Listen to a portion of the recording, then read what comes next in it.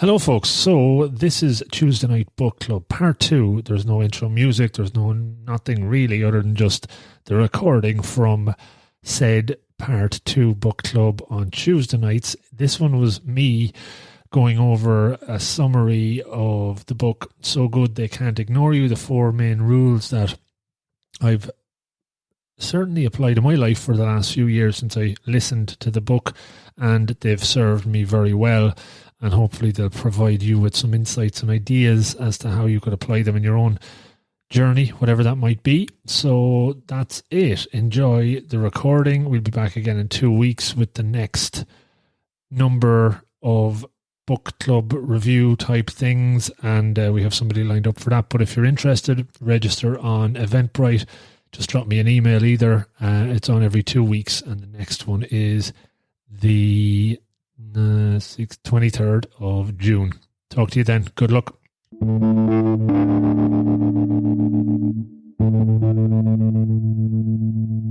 So this is our second of our book club. So thanks for joining. The last inaugural one, my effort at throwing my hat in the ring, based on the Heath brothers' The Power of Moments. So yeah, it was definitely a book that's impacted me, and something that's quite been prevalent actually over the last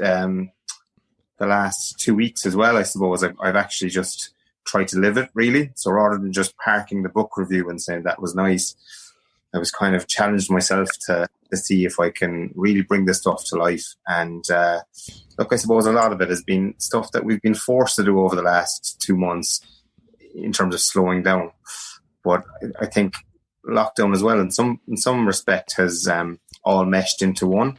So it's been really trying to challenge myself to find a moment in every single day that kind of is something a bit different, is something a bit out of the ordinary, a moment of elevation.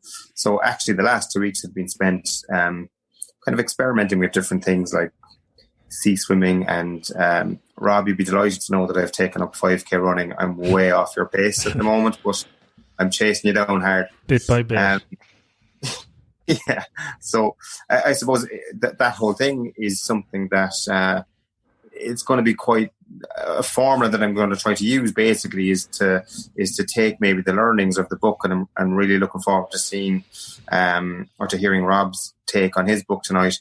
But then in the intervening 2 weeks is to actually practically apply them, and I think that's hopefully where the magic can be got out of these book clubs, is to, rather than just go, yeah, that half an hour was interesting, is to actually now, can we do something about that? Can we take that moment of insight and practically apply it? So it'll be interesting to hear from anybody who was at the last session, just to see had they done anything, or what did they take from the last book review.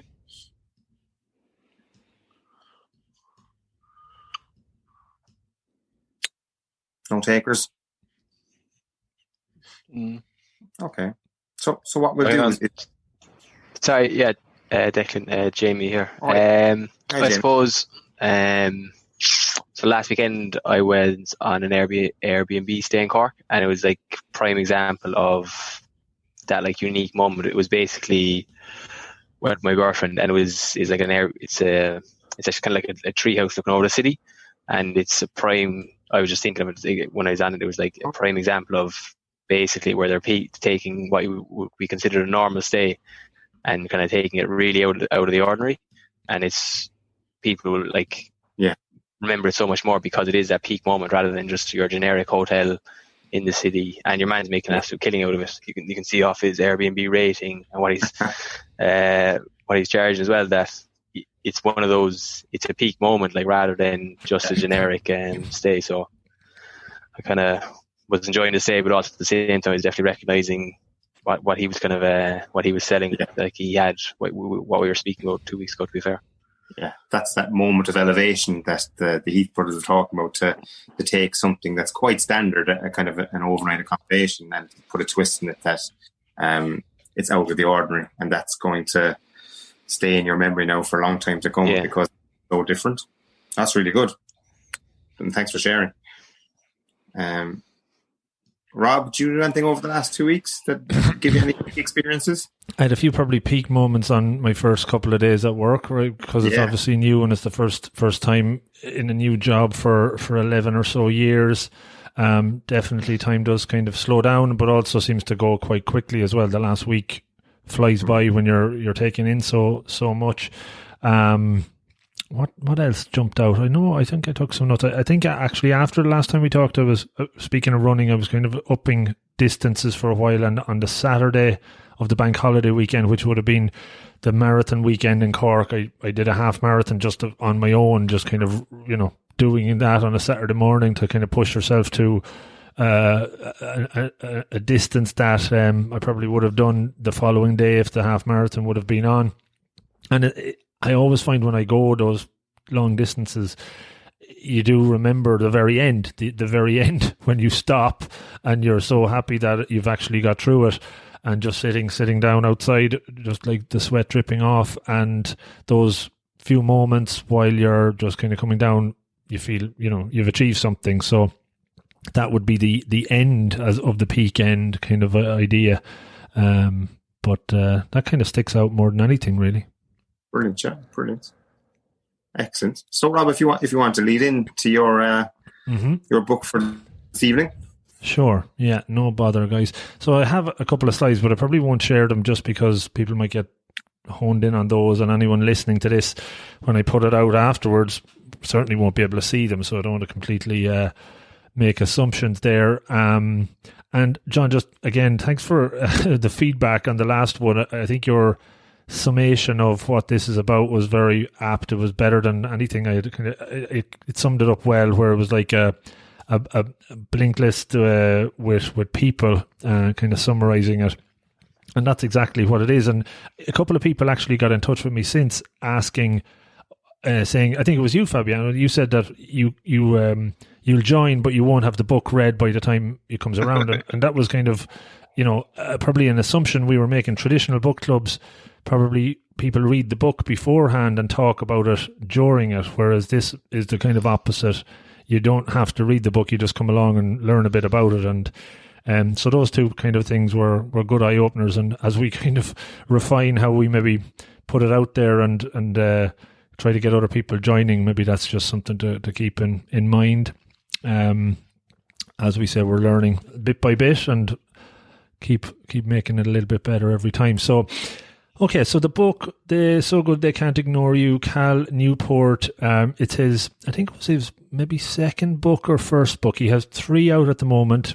So Good They Can't Ignore You, Deep Work, and Digital Minimalism is the one I read most recently, and it's the one he brought out most recently. And like, he's only about, I'd say he's not even 40. He was like a tenured professor in late 20s. He just seems to be pretty clued in, and I think his degree and he lectures in is computer science, which is again kind of antithesis, the opposite of what he writes about in lots of ways. It's kind of the anti-technology versus what he does in the day job. So fascinating guy, but certainly very much focused on disconnecting from the digital world in lots of ways. In his latter work, and Deep Work is very much about that, diving into finding your best way of working, be it short bursts or 4-hour blocks or 2 months completely off the grid if you're writing books and whatnot. So definitely worth checking them out. I listened to this book actually instead of reading it. So the story, I suppose, behind it, it was summerish of 2017, and I was actually on Interrailing from, I think I flew from Cork into, what's the name? Gdansk. From Cork to Gdansk. I was 39, so it was probably a midlife crisis. I never did the Interrailing when I was 21 or 2. And at the time I was single as well. So I said I was going to do this. And I think I did one of those 5 Interrail passes over 15 days, starting in Gdansk and going all the way down through Poland and Germany and Slovakia, and some really good experiences. I did it on my own as well. So, but I remember loading up Audible before going, and had a couple of titles in there, and this was one of them. And normally when I read a book, I tend to take notes, either during or underline, and at the end of a chapter maybe take some notes. But when I was listening to this and knowing there was going to be a lot of good stuff in it, it kind of worked well, because I just had a notepad, and as I was listening, I was jotting stuff down. I don't know if I read a summary of it or whatever prompted me to get it, but I definitely was at a point where I was kind of at an intersection in my career and kind of figuring out where I wanted to go next, what I wanted to do.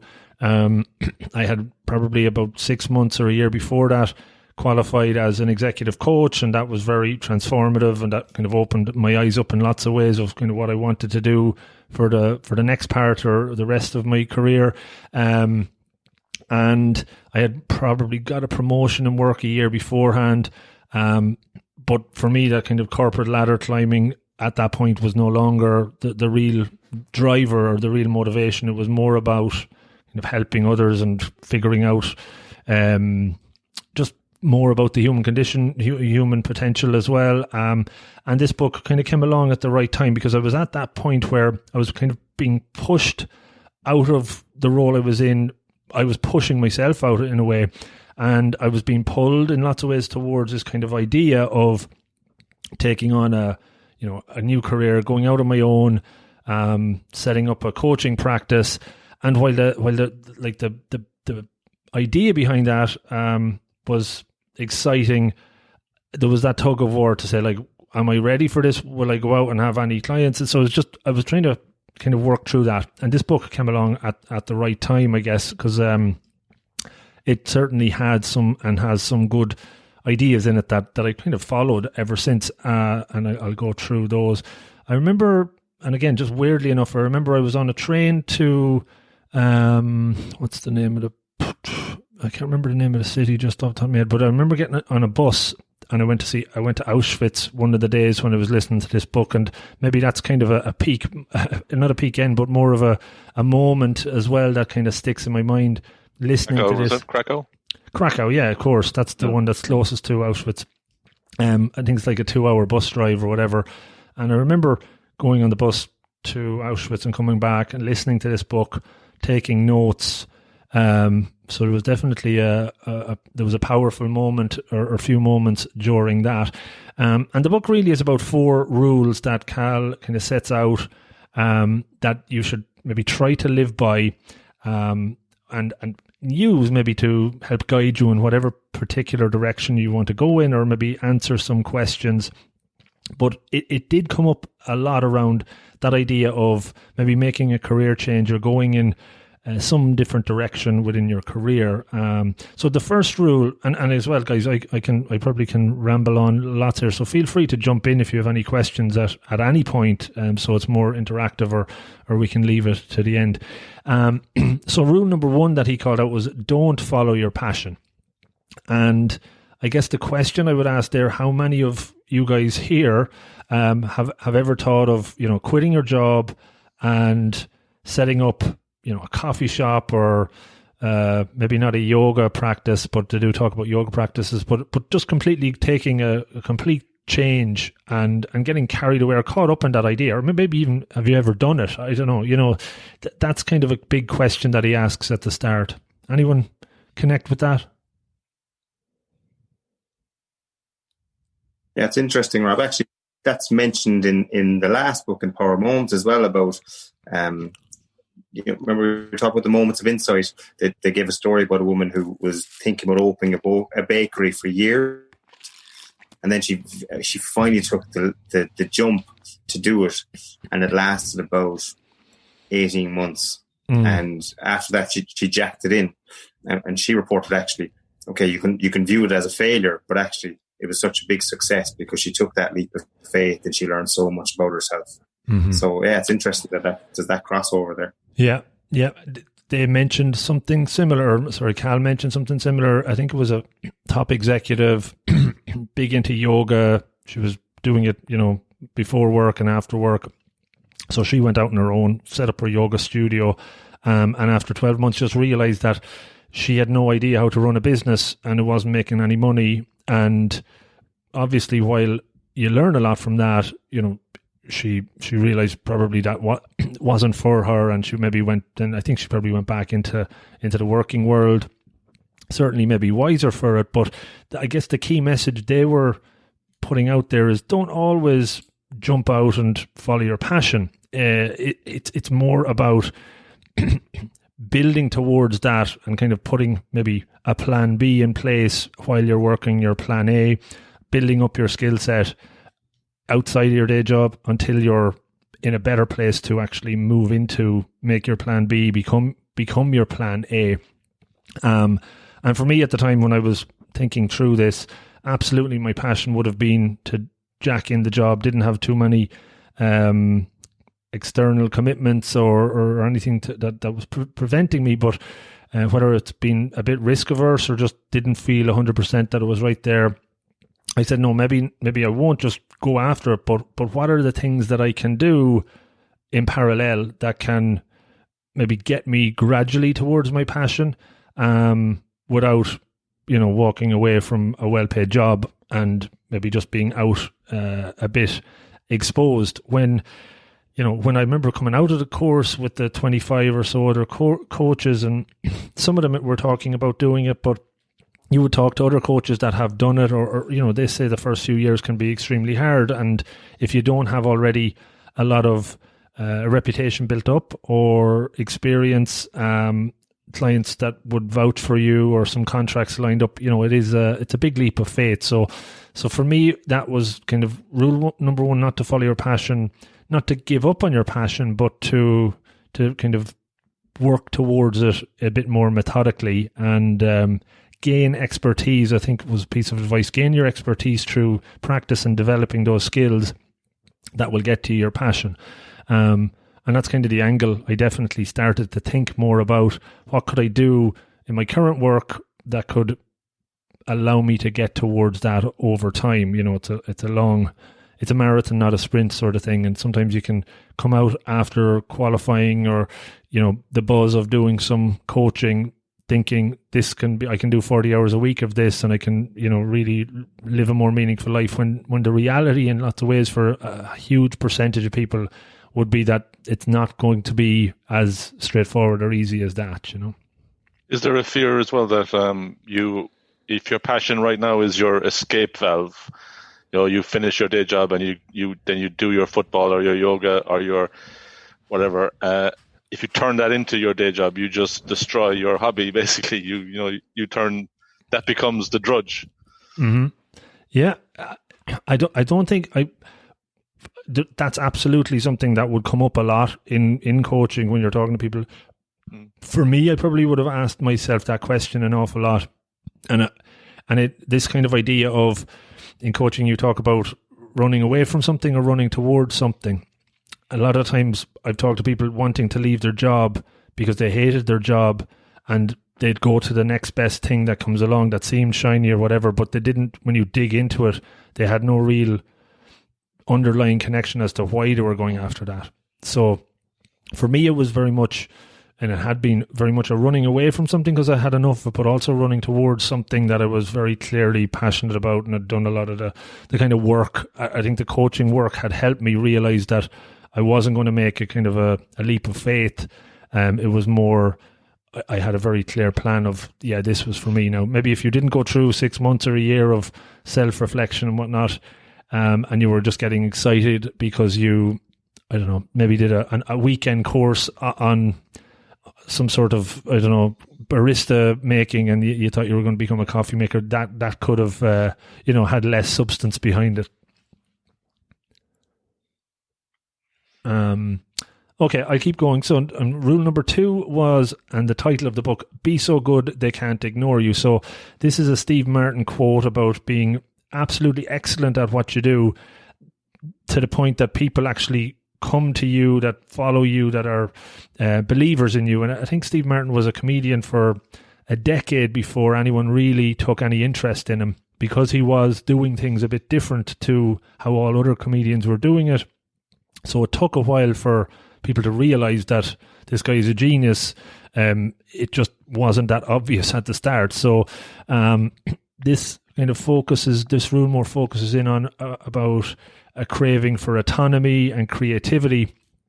And Newport talks a lot about learning a craft here. So it goes into, like, again, this kind of ties in with disconnecting from technology in lots of ways. He talks a lot about, I think, blacksmiths and how much they're focused on their craft and using their hands and connected with nature, and how you, over time, deliberate practice over and over again, that you become a master at this. Maybe the 10,000 hours idea, that you might not automatically at the very start love what you're doing, but you spend so much time working at it, practicing at it, you become so good at it that you're going to be, as the line, people can't ignore you. You have a high value. You have a lot of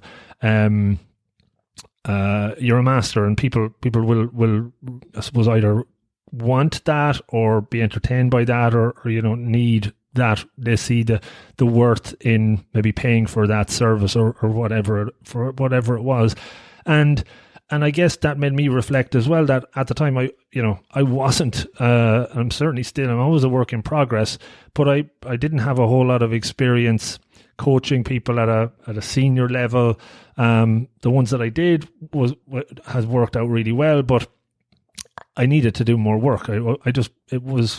I was going into a relatively crowded market and probably would have been fighting very hard to, get your name out there, to build your reputation was going to be hard. So I looked at a different way. So how could I develop those skills to become better? And I had the podcast going at the time, so that was something I was going to keep going all in with.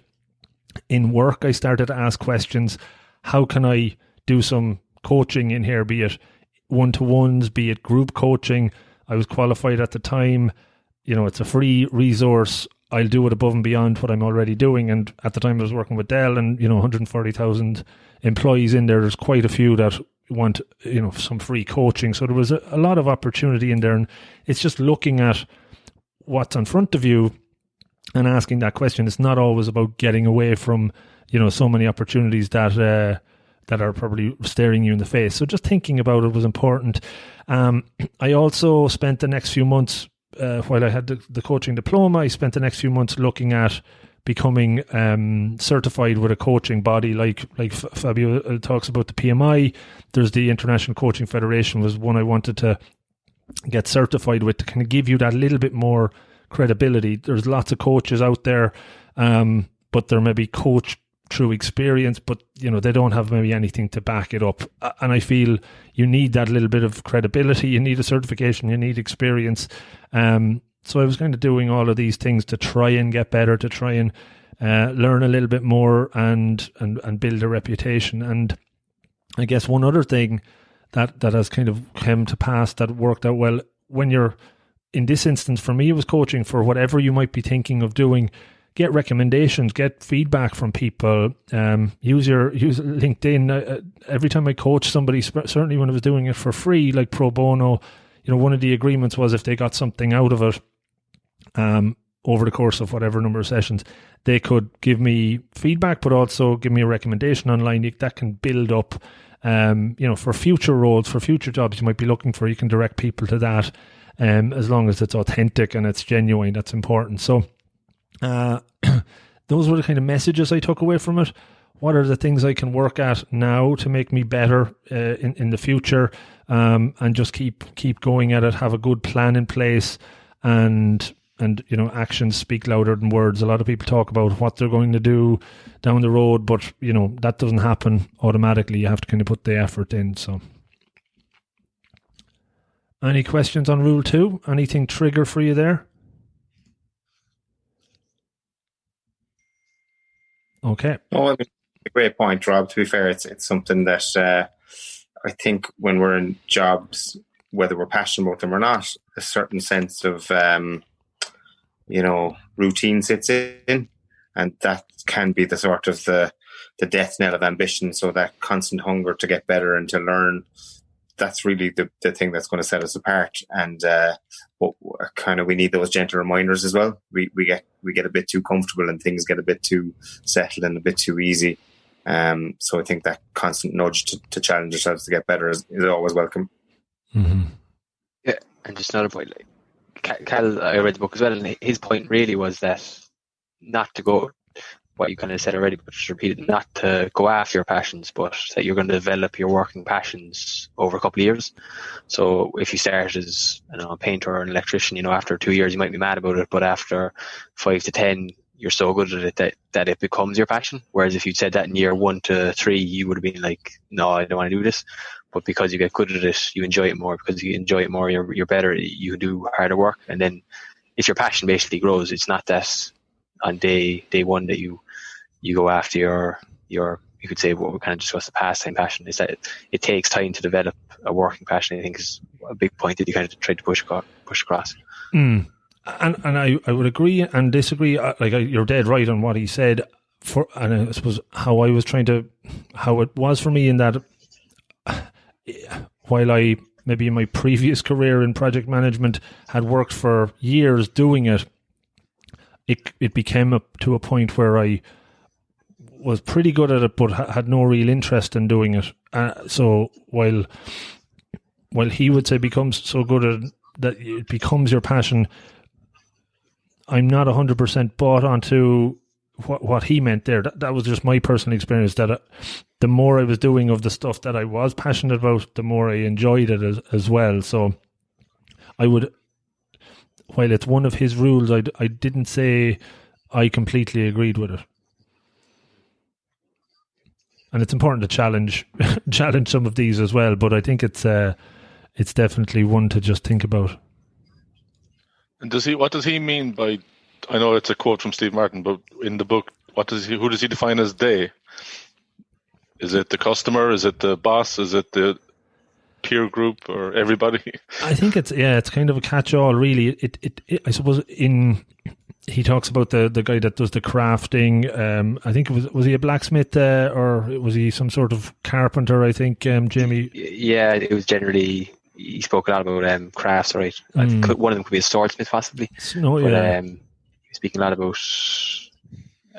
professions away from the digital space, I suppose. I think it's just that he makes something so spectacularly good that if somebody walks by his shop window and sees it, and wow, they're just wowed by whatever that product is or that service that they provide.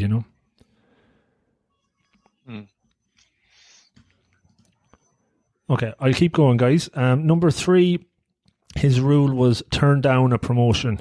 And when I think about this, while, again, bringing it personally, he was saying, not always getting a promotion is going to make you happier in what you do. In many ways, taking a role that just because it's a promotion is bringing you further away from what you're really interested in doing. And as I kind of looked at this, as I mentioned earlier on, the corporate ladder thing was not really there for me anymore. It was looking at lateral moves, looking at other ways to build skills and competencies that would be useful to me at a later point. So from a personal perspective, I, prior to that would have always looked to get to that next level. What do I need to get to that next level? What is, in my IDP or your development plan to try and put yourself in the best position possible to get there? It was around this time I started looking left, right and centre to see what can I do to build the skills that I want to use in that next opportunity.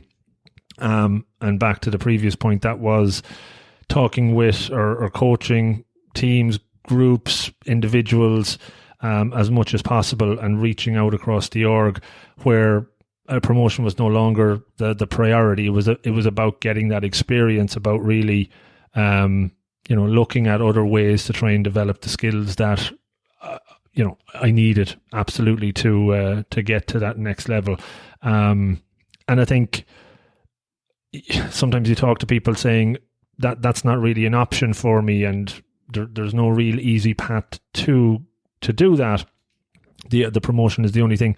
I would kind of challenge people's thinking around that and take a step back and say, is that really true? Is there, if it is whatever it is you want to get better at, and you're saying you don't have the opportunities to do it, I'd say look at it from different perspectives. Is there another way to get those skills? Is there another way to develop to grow, to practice. I know, looking at Fabio again in the project management space, when we were part of different chapters, you sign up, you volunteer, you get responsibility, you can run an event, you can present, in front of a diverse audience. So the opportunities are there to develop those skills. It's just about pushing yourself a little bit to do it. And sometimes that involves turning down a promotion, because if you get that promotion, you're probably fully invested in that extra responsibilities in the role. That mightn't be what you want to do. You might turn it down to leave yourself 20% in your role to do something different, so that's what I would have taken from that rule to kind of look at things a little bit differently. Jamie, did you get anything from that one, given that you've read it as well? Anything come up for you there? I suppose the big thing, and I thought was exactly in that chapter, was that he was a big part of enjoying your work was about around autonomy. So I think that kind of my time with not taking the promotion was that, like he was saying, you mightn't be at the top of a corporate ladder, but if you're in your permission and use the autonomy to take time off or to mold your schedule to suit you, that you'll enjoy your work. He said I suppose he mentioned that as a kind of a key point, that autonomy in your work was important. And like society or your peer group might be pushing you to say, oh, some of your friend or your colleagues got promoted and you're not, and you're almost then feeling, why am I not pushing or following the leader in that respect? When you're going against what you actually believe in, that's a difficult one. It's a challenge, so it's to be very clear on what you actually want and know that your plan might take a few years to get there. Turning down a promotion in those scenarios might be the short-term pain for a longer-term benefit.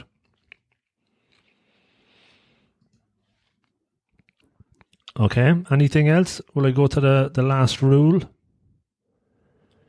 Okay, so the last one was think small, act big, and I think this one definitely aligned for me quite well, in that I suppose a lot of the stuff that I do is around small incremental progress, 1% better, that whole mindset.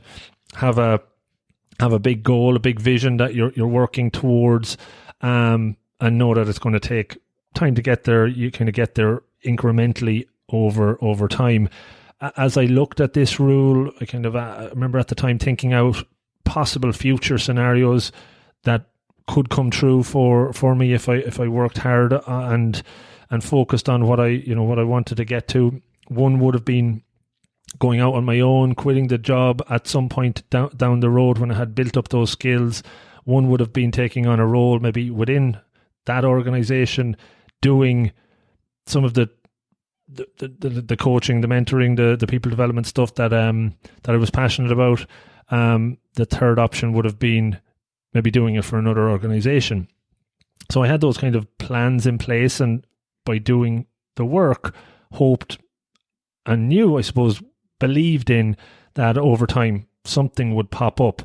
And many a time when I was doing interviews and editing podcasts on a Sunday night for a release the next week, that can be tiring. It can be time consuming, and you wonder sometimes why are you doing this? What is the gain that's going to come? Or you can grapple with that.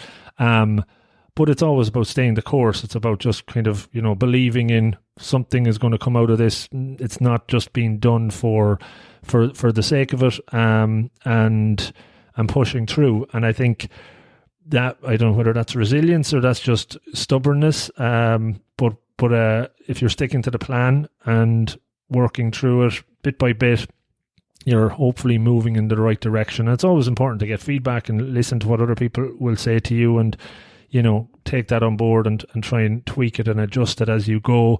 But that rule is, I suppose, one that I kind of stuck to all the way through. And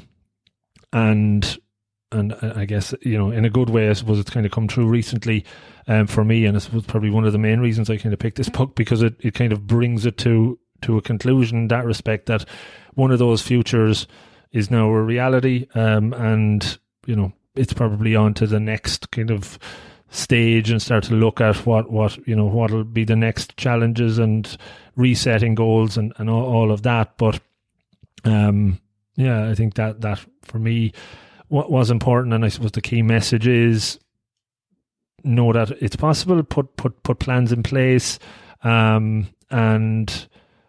incrementally, slowly, bit by bit, work towards it. I think Cal had mentioned this idea of the adjacent possible, that next step beyond what you've already achieved. So it's kind of just thinking about what's right around the corner. What is the next goal? Set your goals over a short space of time rather than long-term goals, because by their very nature, you can lose heart if you're not getting that sense of achievement. You're not getting closer to it because it's so far out. Do stuff incrementally, week by week, and measure it from that respect. I think you'll keep the momentum and build momentum if you look at it from that perspective. And he did draw an analogy to vaccines. I think that any scientist finding or working on a vaccine, they don't start from scratch. They start from something that has already been created and tries to build upon that, build on what's already been done, new research, new testing, and move things forward. So it's trying to accumulate, build on what you've already got, and try to just kind of add to that over time.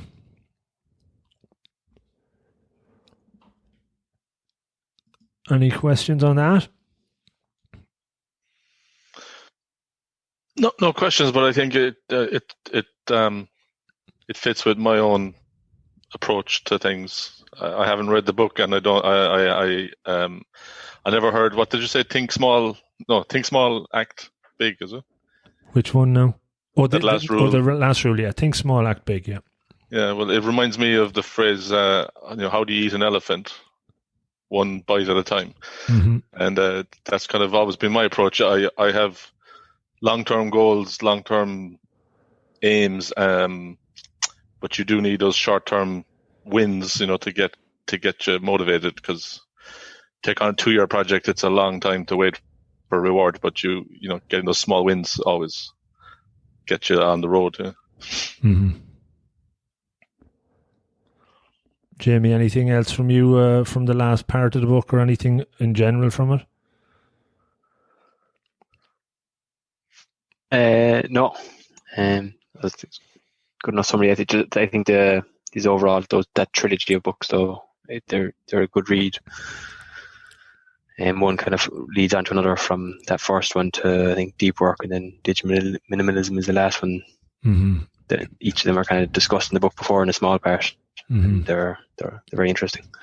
Yeah, he's I've signed up to his newsletter not so long ago as well, and some good articles that he sends out. He's again spends a lot of his time offline, so he doesn't do a lot of he's not very social media friendly, but sends out some good newsletters that he gets emails from people who have adopted some of his rules or principles, certainly from the Deep Work stuff, how they're really kind of switching away from being always connected and having a happier, more meaningful life in lots of ways. So that's interesting. And he's actually, I think I just saw recently, he's releasing his own podcast now, which again kind of is a bit surprising because it's technology focused, and he's releasing it. But he says he spends very little time putting it together. I haven't listened to it yet, but it's effectively like a questions and answers show, I think. So people would email him questions and he'll read out maybe answers or just stories, and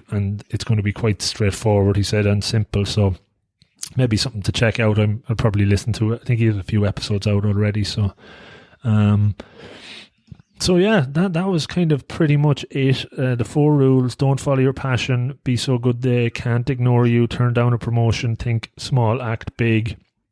And yeah, definitely a lot of food for thought. I suppose I probably made it quite a personal version of the book, but hopefully stories can help you connect to those rules and think what they mean for you, and maybe something triggered for you there. What I would say, as I was kind of writing through it and doing kind of final comments, so many unintended consequences in a positive way, come up as you kind of follow some sort of rules like this, or take on any big goal and work towards it bit by bit. A lot of opportunities crop up, or you learn so much that you never expected you would on that journey, and you obviously meet some different people and learn from the experiences there. And that's definitely been the case for me doing this sort of stuff, doing the kind of podcasting. It's pushed me into different areas and outside the comfort zone and all of that. And you learn a lot more than you ever bargained for. So I think there's huge value in pushing after whatever that is for you, and lowering your expectations as well sometimes is good. Don't set yourself too high of expectations that can push yourself. Then you're always feeling like you're not winning, or you're not achieving something that can potentially derail or deter your motivation and your momentum. So don't set things too high. That's important, I think. All right. It's an interesting concept, Rob, isn't it? Like that, because a lot of these self-help books will actually go and do the flip side of it. They'll talk about, follow your passion and dream big and, limitless thinking and all that kind of stuff. When actually the reality of the whole thing is that it's the flip of that actually is the thing that works. It is the incrementals. It is actually having a plan, and it is committing to that plan as well. So, like, as I said in the intro there, for me, it's about maybe practically applying this. So I love the whole idea of think small and act big. Mm-hmm. So I think a lot of us in this kind of self-improvement game, we can be prone to overthinking, we can be prone to rumination, and actually when that becomes kind of prominent, action is the thing that falls by the wayside. So I think it's a very timely reminder, I think, to start acting, Mm-hmm. Yeah, like the two of the 4 rules, don't follow your passion and turn down a promotion, are kind of negative in a way, right? They're completely against what you would tend to hear, and it makes you think a little bit differently, I guess. All right, guys, that's me done. Hopefully you got something from that. Delighted to share it, and if anyone reads the book between now and the next time around, feel free to. We'll start off like we did, just checking in with folks if they do read it, what it meant for them, or is there anything you could take away from it and put into practice. So we will be back in, what date is today? The 16th, 23rd. John O'Sullivan is up next. I think we'll have to, hopefully Declan's Zoom subscription is broad enough to allow all the people that'll join that one. Be maxed out to capacity, I'm sure, John. That's it. Yeah, we'll get the stadium. We might have the social distance. Exactly. Yeah. I know, John, you said you read predominantly kind of fiction books, right? Is there some... No, I'd read... the one type of book I don't read is the kind of books that you've covered in the last 2 weeks. the call it self-help or business advice books and so on, or personal development books. I don't read those books, so I'm going to have to rack my brains. I have some ideas, all right. So I'd read all sorts. So last week I was talking about Michael Lewis, the guy that writes the Moneyball. He wrote Moneyball, and that I just wonder, has anyone read anything by him? Because he's got some fascinating books. John, on the back of your recommendation last time, I've started The Undoing. The Undoing Project is actually, I wouldn't recommend it to start with. Okay, it's a very good book. It is really good, and it shows how he approaches things. But he has some other great books that will just grip you. I think that's a very personal book of his. He was very good friends with one of those guys, and he talked about the relationship. But I think I might have a look at what he's written. I have read most of his stuff. He tends to be able to take very complex, either economic, financial, or big picture kind of topics and make them really relatable. So I'll have a look at see. Yeah, great. Very So good. he's a Big Short, isn't it? The Big Short was one, and Liar's. Well, he started off as a broker, so he wrote Liar's Poker about his time in Wall Street, and he wrote The Big Short about the crash. He wrote the Moneyball about the baseball quants, and then he wrote a very good book about the global crisis. He went all around the world. He went to Iceland, Ireland, Greece, and different countries, and he wrote about how they all approached the crash, which is one that I might talk about. And he wrote a book called The Fifth Risk recently. If you've read that one, it's about how all Obama's government departments prepared these folders of files for the transition to the Trump government. And they said, well, when Trump sends in his head of the Department of Agriculture or his head of the Department of Finance, we'll have the files for them. And like nobody came, for months and months, and even after the transition, nobody kind of really looked at these books. So he went around to all the government departments and he met the civil servants and he got the training that Trump's guys should have gotten, and he was fascinated by these heroes who work in the government, who don't, in the Department of Agriculture and in the Department of Commerce and so on, who work on big projects and don't get the recognition. So. I could talk about 10 of his books. Yeah. Set up a separate book club for you, John. The Michael Lewis fan club, yeah. Yeah. But actually, if you want, I'd recommend a fascinating book. It's like a crime thriller.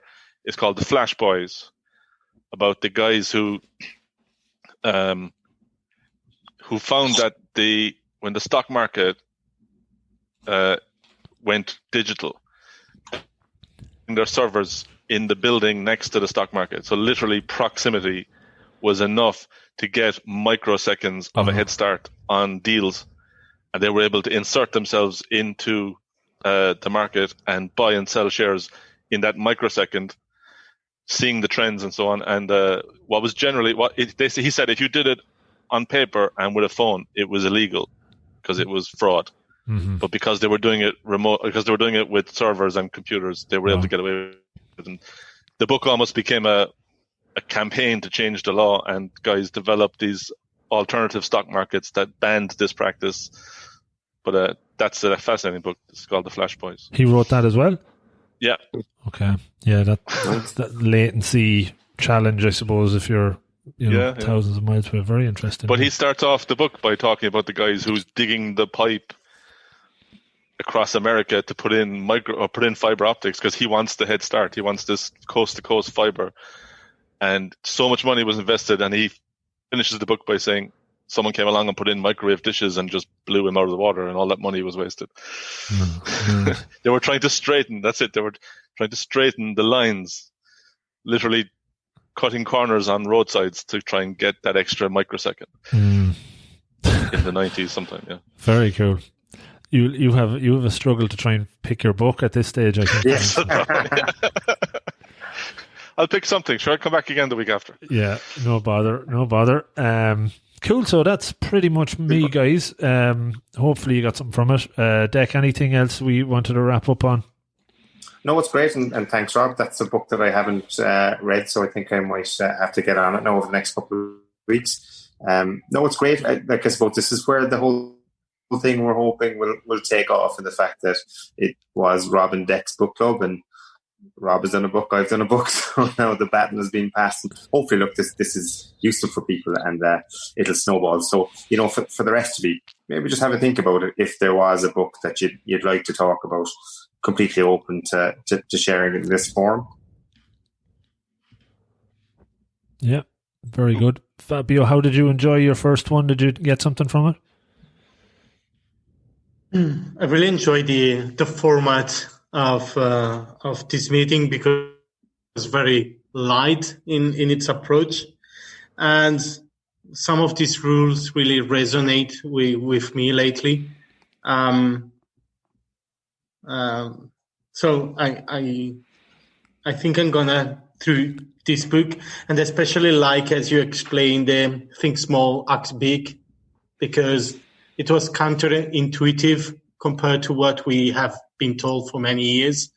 But in this way, we will not burn out, have less frustration, and succeed more. So I enjoy it, and I enjoy everyone's input. So fantastic. Thank you. Very good. Nice to have you along, and hopefully we'll see you again in a couple of weeks. Just don't forget, guys, to register. I suppose if like we set it up now that this link is the same every 2 weeks, right, Dec? Isn't it? You don't, if you have the link for the Zoom, that's not going to change. Yeah. So you guys don't need to register because you have the link. But I'll be on Eventbrite. It's set up right up till October, I think. So new folks can register through that. So. All right. Yeah, great. All right, guys. Thanks a lot. Thanks. Have a good evening. We'll talk to you soon. Thanks, God. Good luck. Bye. Bye-bye. Bye. Bye-bye. Bye. Ciao. Ciao.